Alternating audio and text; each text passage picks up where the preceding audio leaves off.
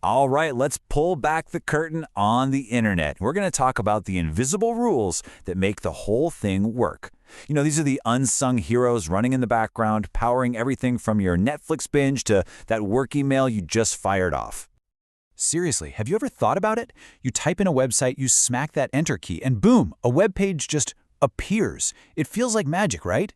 But what's really going on in that split second? Well, it's actually an incredible journey, and today we're going to follow that journey step by step. Yeah, that magical moment, it's really a super coordinated dance, and it's all governed by a very strict set of rules. These rules are what make sure your request to see a web page doesn't just get lost out in cyberspace. They make sure it gets to the right place, finds what you asked for, and brings it all back to you perfectly. And those rules have a name: Internet protocols. The easiest way to think about them is to imagine the internet as this massive worldwide postal service.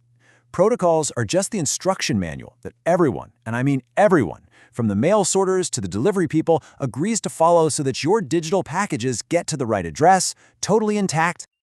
Okay, so just like any journey, the very first step is figuring out where you're going. For our digital postal service, this means we have to find the exact correct address for the website you want to visit.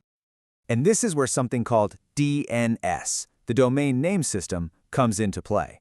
See, we humans are good with names, right? Like Google.com. But computers, they don't care about names. They speak in numbers. DNS is basically the internet's giant address book.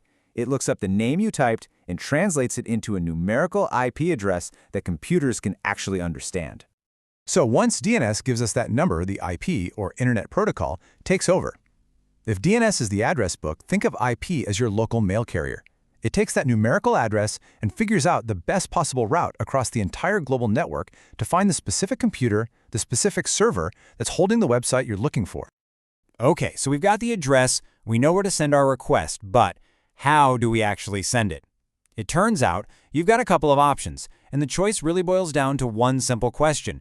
Do you need your data to be safe, or do you need it to be speedy? Your two main delivery options are called TCP and UDP. Just think of TCP as the super reliable, careful option. It checks and double-checks to make sure every single piece of data arrives and that it's all in the right order. UDP, on the other hand, is the speed demon. It's all about getting the data there as fast as humanly possible, even if it's not perfect. So when would you use TCP? Well, you use it when getting it right is everything. Think about loading a website or sending an email. You need every single piece of data. If one little bit goes missing, an image could be broken or a whole sentence could be scrambled. It's like sending certified mail. You absolutely need that confirmation that it arrived perfectly. But what about live video streaming or online gaming? Here, speed is king. With UDP, if a single tiny frame of a video gets dropped or a little piece of game data vanishes, you probably won't even notice. But if it's slow, oh, you'll definitely notice that buffering or lag. This is way more like a postcard. The most important thing is that it gets there fast. Okay, so we found the address, we've picked our delivery service. Now our web browser needs to actually ask for the web page. And to do that, it has to speak the right language, a language the server will understand. And that language is HTTP, or its more secure cousin, HTTPS. This protocol is basically the official way your browser says, "Hey there, server, could you please send me all the files for this web page?" And the server uses that same language to answer back and send the content. And that S in HTTPS, it just means the whole conversation is encrypted, so it's private and secure.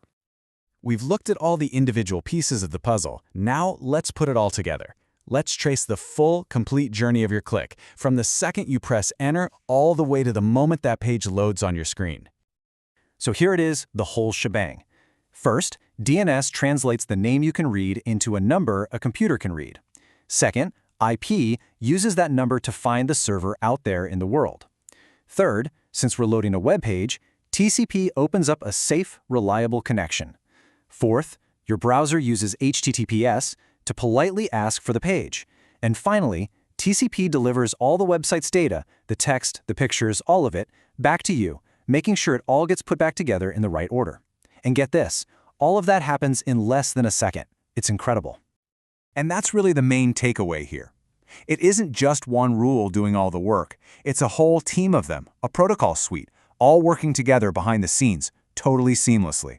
Each one has its own specific job, and it's their teamwork that creates the smooth, fast, and reliable internet we all pretty much take for granted every single day. You know, it's pretty wild to think that these rules were designed decades ago for a version of the internet that's, well, ancient by today's standards. But as we move into a future with AI, the metaverse, and literally trillions of connected devices, it really makes you wonder, right? What new rules are we going to need to invent for the internet of tomorrow? Something to think about. Thanks for tuning in.